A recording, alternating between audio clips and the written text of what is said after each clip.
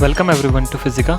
So इस video में we will solve some of the quantum mechanics questions of the CSIR NET June 2017 and June 2017 का ये booklet ए का paper है and आप सारे क्वेश्चंस पेपर एक डिस्क्रिप्शन में गूगल ड्राइव का फोल्डर है, वहाँ से आप डाउनलोड कर सकते हैं previous year all question papers, वहाँ से आप जून 2017 का भी डाउनलोड कर लेना। सो जून 2017 में क्वांटम मैकेनिक्स सोल्व करेंगे सबसे पहले एंड क्वांटम मैकेनिक्स में 5 मार्क्स के 5 क्वेश्चंस आए थे। सो 5 मार्क्स वाले, सो डैट इज़ 25 मार्क्स के तो ये आए थे एंड 5 क्वेश्चंस ही 3.5 मार्क्स में भी आए थे क्वांटम मैकेनिक्स से ही। सो ये सारे क्वांटम मैकेनिक्स के लिख रहा हूँ मैं and that will be 17.5 marks. So total आप देखो 42.5 मार्क्स की क्वांटम मैकेनिक्स आई थी जून 2017 में and this was the paper जिसमें मेरा JRF क्लियर हुआ था। So I got a rank of AIR JRF. So मुझे UGC JRF मिला था। So UGC JRF AIR 70 आई थी मेरी रैंक इसमें and I cut off was around 82 के आसपास थी, 82-83 के आसपास कट ऑफ थी एंड मेरे थे 91.875। सो मेरे जो मोस्टली मार्क्स थे, मैंने एक पहले वाली वीडियो में भी बताया था कि एक तो जनरल एप्टीट्यूड में मेरे अराउंड 20 मार्क्स थे, 20 मार्क्स में जनरल एप्टीट्यूड में एंड जो इसमें से 42.5 मार्क्स हैं, इसमें से 4 क्वेश्चंस मेरे इसके सही थे, 4 इसके सही थे, तो अराउंड 34 मार्क्स मेरे क्वांटम मैकेनिक्स में आए थे। So I was very confident of quantum mechanics, ये मेरा फेवरेट सब्जेक्ट था, तो मैंने इसी में ही और इससे मैंने मेन मार्क्स जो हैं यहीं से गेन किए थे। सो आपका भी जो फेवरेट सब्जेक्ट है मेरे हिसाब से उसमें आपको ज़्यादा ध्यान देना चाहिए, whether it's electronics, classical mechanics और इलेक्ट्रोडायनामिक्स। सो मेरी जो है इलेक्ट्रॉनिक्स ज़्यादा अच्छी है, क्वांटम मैकेनिक्स अच्छी है, देन सॉलिड स्टेट फिज़िक्स अच्छी है। तो मैं सब पे कंसंट्रेट ना करके कुछ सब्जेक्ट में ज़्यादा कंसंट्रेट करके पढ़ता तो सब था, लेकिन ज़्यादा कंसंट्रेशन मैंने कहीं इन सब्जेक्ट्स में किया था। ठीक है, तो ये तो हो गया मेरे वाला एंड मैंने ये मार्क्स डिस्ट्रीब्यूशन बता दिया। तो अब ये सारे क्वेश्चन सोल्व करेंगे जो भी क्वांटम मैकेनिक्स के आए थे इस पेपर में एंड द 64th क्वेश्चन जो ये 5 मार्क्स में क्वेश्चन आया था ये। सो अलग अलग क्वेश्चंस में बहुत सारी ट्रिक्स भी यूज़ होती हैं, वो भी मैं साथ साथ बताता रहूँगा कि कहाँ पे आपने ट्रिक यूज़ करनी है एंड वो सब एक्सपीरियंस से आता है। वैसे आप जैसे जैसे क्वेश्चन सोल्व करोगे देखोगे कहाँ कहाँ ट्रिक यूज़ करती है, तो आपको एक्सपीरियंस से आएगा। ठीक है, तो मैं इस क्वेश्चंस को भी काफ़ी 3-4 तरीके से करके आपको बताऊंगा कि कहाँ पे आप ट्रिक से भी सोल्व कर सकते हो, कहाँ पे आप विद इन 30 सेकेंड्स में सोल्व कर सकते हो, और सेम क्वेश्चंस मैं आपको 20 मिनट्स में भी सोल्व करके दिखा सकता हूँ। तो वो मैंने एक बार पहले भी बताया था, तो इस वीडियो में भी देखेंगे कि ये क्वेश्चन कैसे सोल्व करना है। सो क्वेश्चन है the Coulomb potential VR is -E²/r। So Coulomb potential of hydrogen atom दे रखा है and it is perturbed by a Hamiltonian. So इसको परटर्ब्ड कर दिया by the Hamiltonian bx², h dash is bx², where b is a constant to the Hamiltonian. The first order correction to the ground state energy is, so first order correction बताना है ground state energy में, and ground state wave function भी इन्होंने दे दिया है। वैसे तो wave function usually नहीं देते, लेकिन आपको याद होना चाहिए ये wave function की वैल्यू, एग्जैक्ट वैल्यू याद होनी चाहिए, कभी कभी नहीं देते। एंड फर्स्ट ऑर्डर करेक्शन बनाना है तो सिंपली ये टाइम इंडिपेंडेंट पर्टर्बेशन थ्योरी से आया, तो टाइम इंडिपेंडेंट पर्टर्बेशन थ्योरी से फर्स्ट ऑर्डर करेक्शन वहीं पे निकालते हैं, तो वही निकालेंगे, time independent perturbation theory use करेंगे एंड फर्स्ट ऑर्डर करेक्शन निकालेंगे। सो कैसे यूज़ करेंगे? सो सबसे पहले the wave function which is given to us is psi naught. So ये साई नोट लिख रखा है, वैसे जो हम जो यूजुअल नोटेशन में लिखते हैं साई NL/ML फॉर्म में जो लिखते हैं, उसमें जो ये वेव फंक्शन है that is given as psi 100 होता है। ठीक है, जहाँ पे N1 होता है, L0 होता है, ML0 होता है, तो वो ग्राउंड स्टेट वेव फंक्शन होता है। यहाँ पे इन्होंने साई नोट लिख दिया सिंप्लीफाई करने के लिए, तो हम भी साई नोट लिख लेते हैं and that is 1/√πa0 e⁻⁻r/a0। Now this wave function is given, मैंने आपको बता दिया, आपको याद भी होना चाहिए पूरा वेव फंक्शन एंड ये वेव फंक्शन ऑलरेडी नॉर्मलाइज्ड है, ये नॉर्मलाइजेशन कांस्टेंट की वैल्यू दे रखी है, तो ये नॉर्मलाइज्ड है, हमें पता है। तो अगेन एंड अगेन नॉर्मलाइज करने की कोई ज़रूरत नहीं है, फॉर्मूला में मत डालना, नॉर्मलाइज करने लग गए कहीं तो उसमें टाइम वेस्ट होगा। So time independent perturbation theory use करते हैं, ग्राउंड स्टेट में फर्स्ट ऑर्डर करेक्शन बताना है हमें।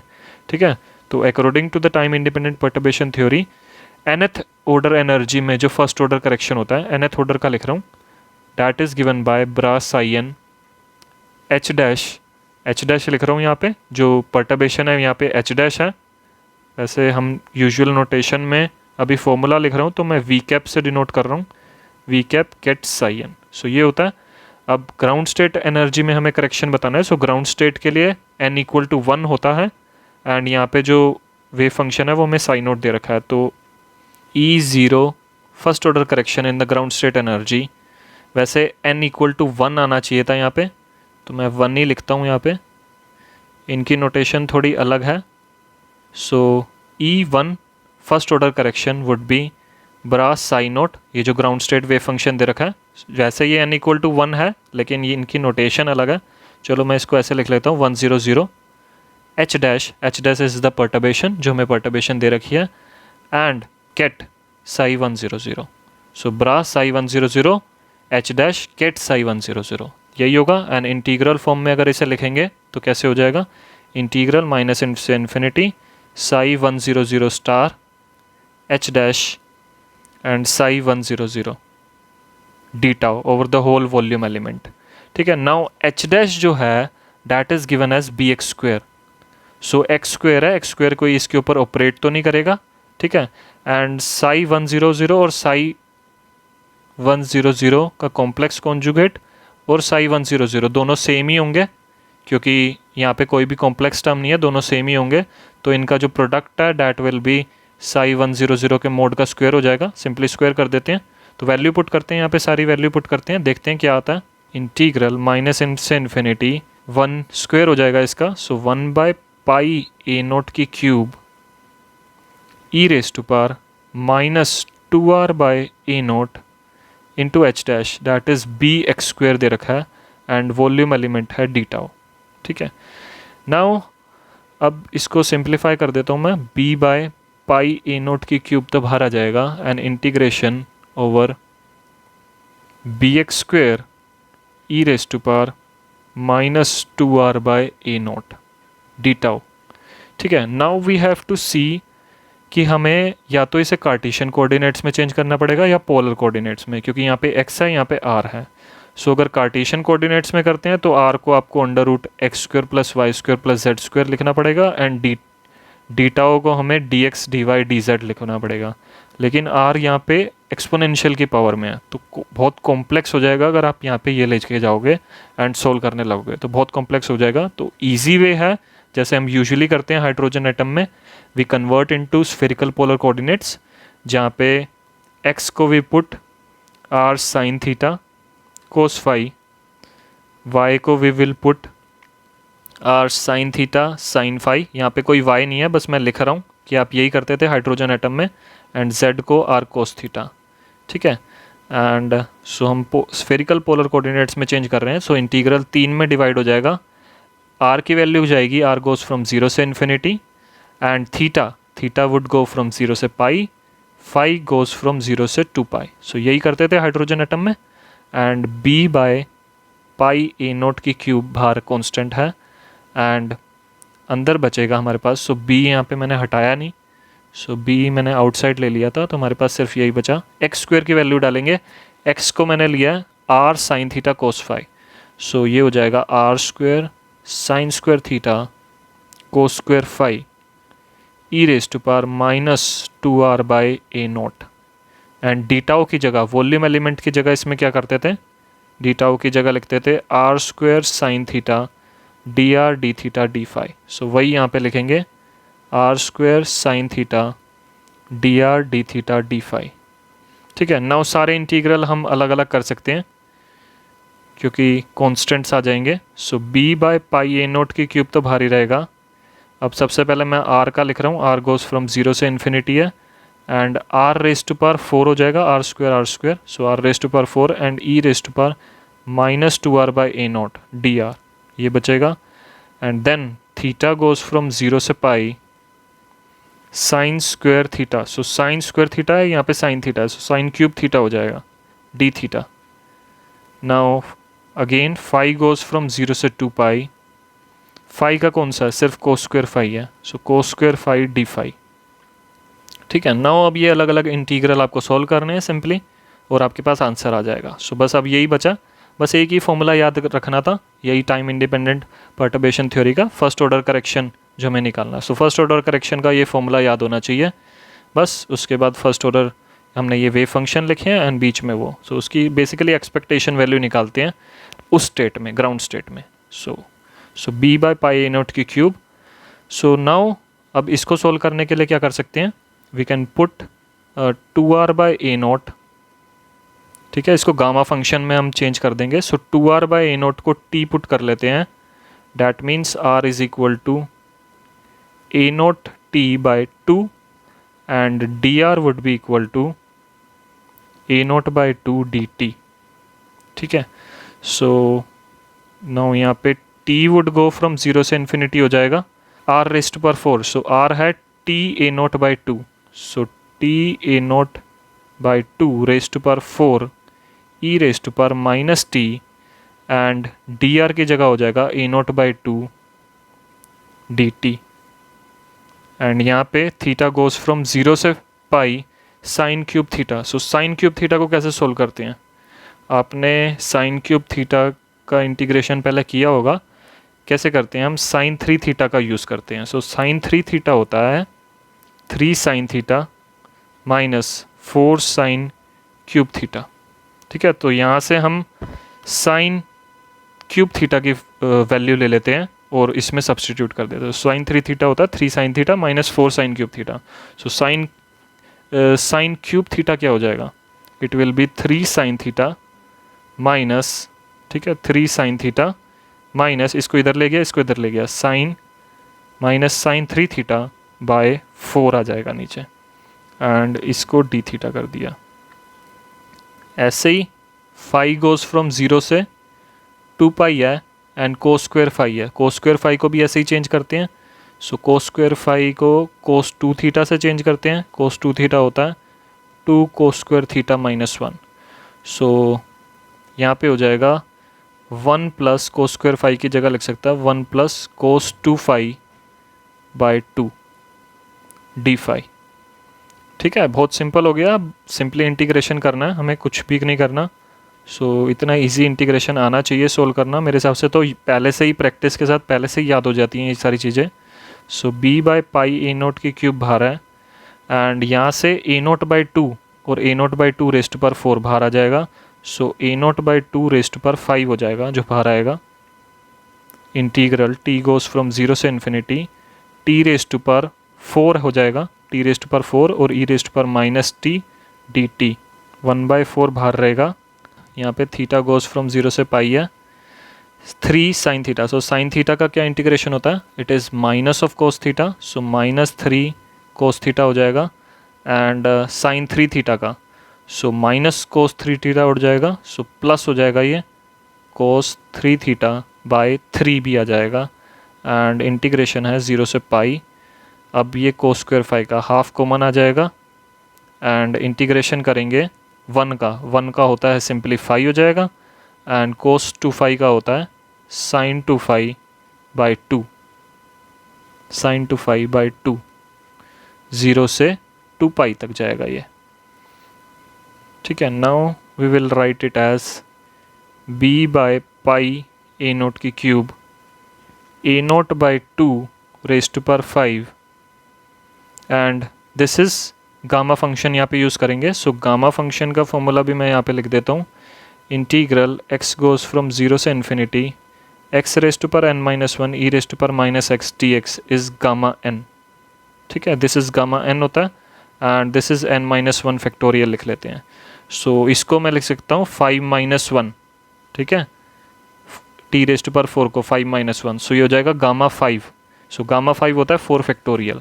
सो 4 फैक्टोरियल क्या होता है, 4 फैक्टोरियल को मैं डायरेक्ट लिख देता हूँ, it will be 24 I think, and multiply by 1/4, and यहाँ पे लिमिट्स पुट करते हैं।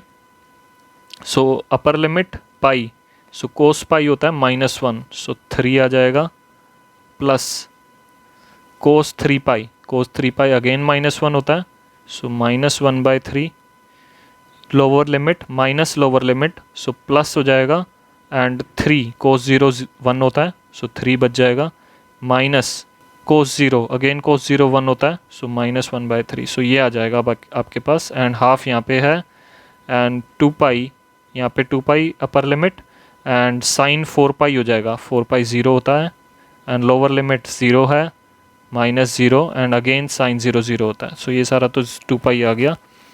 सो यहाँ से ये कट के पाई बच जाएगा, सिर्फ यहाँ से पाई आ रहा है, एंड अगर आप यहाँ पे कैलकुलेट करोगे, this is 6 - 2/3, 6 - 2/3, that will be 16/3 I think, ठीक है, 16/3, एंड 1/4 यहाँ पे है, तो ये कैंसिल होके 4/3 दे देगा, ठीक है। तो आपके पास आ जाएगा b/πa0 की cube, a0 raised to power 5 2 raised to power 5 है, सो 2 raised to power 5 होता है 32 इंटू 24, 4/3 यहाँ से आया, ठीक है, ये सारा 4/3 हो गया, ये सारा जो है 4/3, और यहाँ से सारा आया पाई, सो पाई पाई कैंसिल हो जाएगा, a0 की क्यूब और ये गया a0 स्क्वायर बच जाएगा, नाउ 3 8 पे कैंसिल होगा, एंड 8 4 जा 32, 32 कैंसिल हो जाएगा, सो आपके पास बच जाएगा सिर्फ b/a0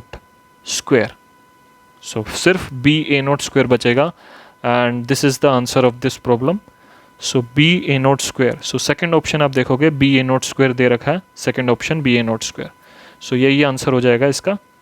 so I think calculation थोड़ी थी, लेकिन अगर आपने प्रैक्टिस करी होगी और एग्ज़ाम में अगर आप कर रहे हो तो ज़्यादा टाइम नहीं लगना चाहिए इसमें, मेरे हिसाब से 3 to 4 मिनट्स में हो जाना चाहिए, क्योंकि बेसिकली हमारी जो कैलकुलेशन थी वो यहाँ पे आके अटक गई थी, b/πa0 की क्यूब अगर आप एग्ज़ाम में कर रहे हो तो आप ऐसे करोगे, r गोज़ फ्रॉम 0 से इन्फिनिटी, हमारे पास था r⁴ e⁻² -2r/a0 dr, and theta goes from 0 से pi sin cube theta d theta, phi goes from 0 से 2 पाई cos² फाई d फाई, ठीक है, यही था, यही एक्सप्रेशन था मेरे हिसाब से, ये आपके पास ये एक्सप्रेशन है, ठीक है, तो यही एक्सप्रेशन मैंने यहाँ पे लिख दिया।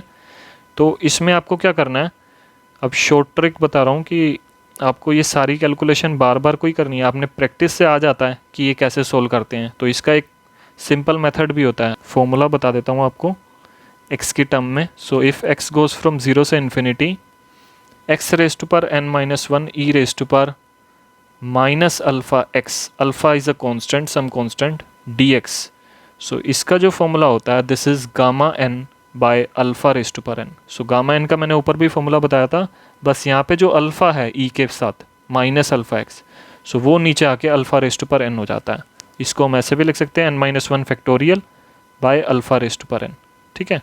सो बस यही था, तो यहाँ पे जो कांस्टेंट है that is 2/a0, so 2/a0 है, एंड बाकी सब इसी फॉर्म का है, सो r⁻4 को आप 5 - 1 लिख सकते हो, so this is Γ5, this is Γ5 by that constant α⁻n, and यहाँ पे अल्फ़ा जो है डैट इज़ 2/a0 कांस्टेंट है, सो 2/a0 हो जाएगा alpha, and this will be 2/a0⁻5, ठीक है, एंड थीटा गोज़ फ्रॉम 0 से pi sin cube theta d theta, वो मैंने आपको इंटीग्रेशन करके दिखा दिया कैसे करते हैं, लेकिन आपको ये स्टैंडर्ड रिजल्ट याद होना चाहिए, आपने बहुत सारे क्वेश्चंस करे होंगे तो आपको पता होगा इसकी वैल्यू 4/3 आती है, ठीक है, अभी मैंने प्रूव करके भी दिखा दिया ऊपर, एंड फाई गोज़ फ्रॉम 0 से 2 पाई cos² फाई d फाई, ठीक है, ये भी आपने बहुत बारी करा होगा, cos² फाई की जगह आपने sin² फाई भी किया होगा, उसमें भी सेम ही आता है, फाई गोज़ फ्रॉम 0 से 2 पाई sin² फाई d फाई, उसका भी इंटीग्रल सेम आता है, and this is equal to pi only, so यही आता है, तो आपको ये सारे चीज़ें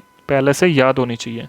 सो ये हो जाएगा b/πa0 की क्यूब, 5 फैक्टोरियल होता है 24, 2⁻5 32, a0⁻5 ऊपर चला जाएगा 4/3 पाई, सो पाई पाई यहाँ से कैंसिल हो जाएगा, a0 की क्यूब और ये हो जाएगा a0 स्क्वायर बच जाएगा ऊपर, 4 8 जा, एंड 8 3 जा 24 होता है, ये 24 कैंसिल हो जाएगा, एंड अगेन ये दे देगा b/a0 स्क्वायर।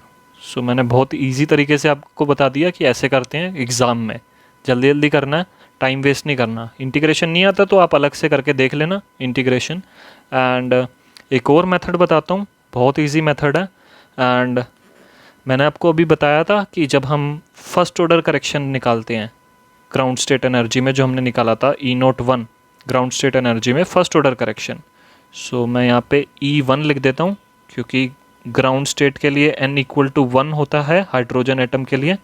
सो E11 मैंने आपको बताया था, it is given by psi 100 h dash ket psi 100, ठीक है, यही निकाला था। And it is like the expectation value of h dash in the ground state wave function. So हम इसको ऐसे भी लिख सकते हैं, ठीक है, ऐसे लिख लो या ऐसे लिख लो, मैं थोड़ा सिंप्लीफाई करने के लिए ऐसे लिख रहा हूँ। So it is like the expectation value of h dash in the ground state. And h dash हमें कितना दे रखा है, bx²। सो b तो कांस्टेंट है, वो तो हमेशा ही इंटीग्रेशन के बाहर आ जाता है, सो हम b को बाहर ही ले जाते हैं। सो इसको मैं ऐसे लिख सकता हूँ, तो it is like b into expectation value of x²। सो आपने अगर स्फेरिकली सिमेट्रिक डिस्ट्रीब्यूशन जो s ऑर्बिटल में होता है, क्योंकि यहाँ पे ग्राउंड स्टेट वेव फंक्शन दे रखा है, मतलब 1s ऑर्बिटल जो है 1s ऑर्बिटल है, s ऑर्बिटल है 1s orbital, and these are spherically symmetric, these are spherically symmetric. अगर आपने इसके लिए एक्सपेक्टेशन वैल्यू निकाली होगी तो आपने देखा होगा कि x² की एक्सपेक्टेशन वैल्यू या फिर y² की एक्सपेक्टेशन वैल्यू या फिर z² की expectation value, these are all same. So ये सेम वैल्यू आती है तीनों डायरेक्शंस में, क्योंकि एक स्फेरिकली सिमेट्रिक डिस्ट्रीब्यूशन है s ऑर्बिटल की जो होती है, स्फेरिकली सिमेट्रिक होता है, तो तीनों डायरेक्शन में एक्सपेक्टेशन वैल्यू सेम आती है। तो इसका मतलब है मैं इसे लिख सकता हूँ, r² की एक्सपेक्टेशन वैल्यू जो होती है, r² को होता है x² + y² + z² की expectation value, that can be written as x² की एक्सपेक्टेशन वैल्यू प्लस y² की एक्सपेक्टेशन वैल्यू प्लस z² की एक्सपेक्टेशन वैल्यू। एंड सिंस ये तीनों क्वांटिटी सेम है, इसको मैं लिख सकता हूँ 3x² की एक्सपेक्टेशन वैल्यू। सो r² की एक्सपेक्टेशन वैल्यू ये आ गई। सो यहाँ से हम x² की एक्सपेक्टेशन निकाल सकते हैं, डैट इज़ r² की एक्सपेक्टेशन वैल्यू बाई 3, ठीक है। तो मैं इसकी जगह यहाँ पे लिख सकता हूँ r² की expectation value by 3। So b/3 into r² की एक्सपेक्टेशन वैल्यू, या फिर b/3 x² + y² + z² लिख लो, कुछ भी लिख लो। सो ये आपने पता चल गया। अब इस रिजल्ट से हम निकाल सकते हैं, सो r² की एक्सपेक्टेशन वैल्यू आपको पहले से पता है, क्योंकि आपने काफ़ी टाइम करा होगा। r की भी एक्सपेक्टेशन वैल्यू आपको पता होगा ग्राउंड स्टेट में कितनी होती है, हाइड्रोजन एटम में 3/2 A0 होती है। r² की जो एक्सपेक्टेशन वैल्यू है डैट इज़ 3A0²। ये आपने निकाला होगा पहले, बहुत बारी निकाला होगा कि 3A0² ही आती है expectation value of r² in the ground state के लिए, ठीक है, जो स्फेरिकली सिमेट्रिक के लिए। सो 3A0² आती है, तो आप यहाँ पे पुट कर दो। हमने निकाला expectation value of h dash is b/3 r² की expectation value, that is b/3 r² की एक्सपेक्टेशन वैल्यू हमें पता है 3A0² है, तो 3 कैंसिल हो जाएगा, bA0² आ जाएगा, ठीक है। तो देखो कितना ईजी हो गया, ठीक है। ऐसे ही अगर आपको हैमिल्टोनियन दे देता h डैश by² या फिर हैमिल्टोनियन दे देता bz², सो सब में जो एक्सपेक्टेशन वैल्यू आती है इसकी, या फिर करेक्शन आता ग्राउंड स्टेट एनर्जी में जो करेक्शन है इन हैमिल्टोनियन की वजह से, वो यही आता bA0², bA0², ठीक है। एंड अगर आपको हैमिल्टोनियन दे देता br², तो क्या होता, br² तो होता b तो बाहर आ जाता है expectation value of r², and r² की एक्सपेक्टेशन वैल्यू आपको पता है 3bA0², यही आ जाता, ठीक है।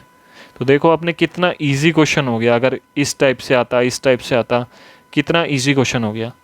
आई थिंक ये 30 सेकंड में सोल्व हो जाता। तो बहुत इजी मेथड से भी सोल्व हो सकते हैं एंड बहुत लेंथी मेथड से भी सोल्व हो जाते हैं। तो आपको वहाँ पे देखना पड़ेगा कि ट्रिक लग रही है या नहीं लग रही है, वो बहुत क्विक वहाँ पे करना पड़ता है। तो मैंने जो एग्ज़ाम में सोल्व किया था, तो मैं अपना एक्सपीरियंस बताऊँ तो मैंने इसी मेथड से सोल्व किया था, लॉन्ग मेथड से, लेकिन मेरे को ये सारे स्टैंडर्ड रिजल्ट्स याद थे, ठीक है। तो डायरेक्ट मेरे हिसाब से 5 मिनट्स मैंने यूज़ किए थे इस क्वेश्चन में, and I think it's enough 5 minutes use कर सकते हो आप इस क्वेश्चन में, ठीक है। तो मैंने आपको अलग अलग मेथड्स भी बता दिए हैं। सो आगे और क्वेश्चंस भी करेंगे, ये वीडियो वैसे ही काफ़ी लंबी हो गई है, and we will use more methods and I will tell you the tricks, अलग अलग क्वेश्चंस में क्या क्या कहाँ पे ट्रिक्स यूज़ करते हैं। तो लेट्स सी